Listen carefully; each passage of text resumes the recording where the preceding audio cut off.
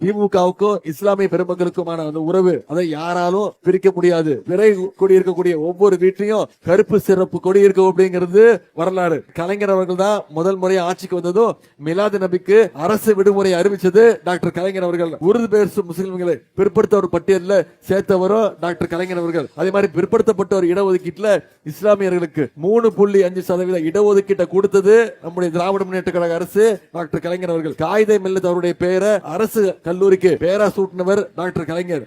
இப்படி இஸ்லாமியர்களுக்கு கலைஞர் செஞ்சதை சொல்லிக்கிட்டே போகலாம். அவர் வழியில நம்முடைய தலைவர் அவர்களும் இன்னைக்கு பல்வேறு திட்டங்களை இஸ்லாமியர்களுக்கு சிறுபான்மையினருக்கு செஞ்சுக்கிட்டு வரோம். ஹஜ் புனித பயணம் மேற்கொள்ள இஸ்லாமியர்களுக்கு கிட்டத்தட்ட 40 கோடி ரூபாய் செலவுல இன்னைக்கு சென்னைக்கு பக்கத்திலேயே தமிழ்நாடு ஹஜ் இல்லா கட்டுறதுக்கான அடிக்கல் நாட்டி வச்சிருக்கிறோம். 3 மாதங்களுக்கு முன்பு முதலமைச்சர் அடிக்கல் நாட்டினார்.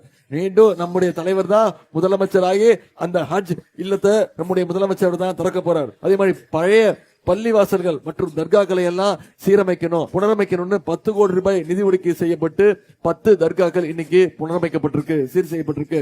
உலமாக்கல் ஓய்வூதியம் 3000 ரூபாய் இருந்துச்சு, பல வருட கோரிக்கை. அதை இன்னைக்கு நம்முடைய தலைவர் அவர்கள் உயர்த்தி 5000 ரூபாய் ஆக்கி கொடுத்திருக்கிறோம். இப்படி பல்வேறு திட்டங்களை செஞ்சு கொடுத்திருக்கிறோம்.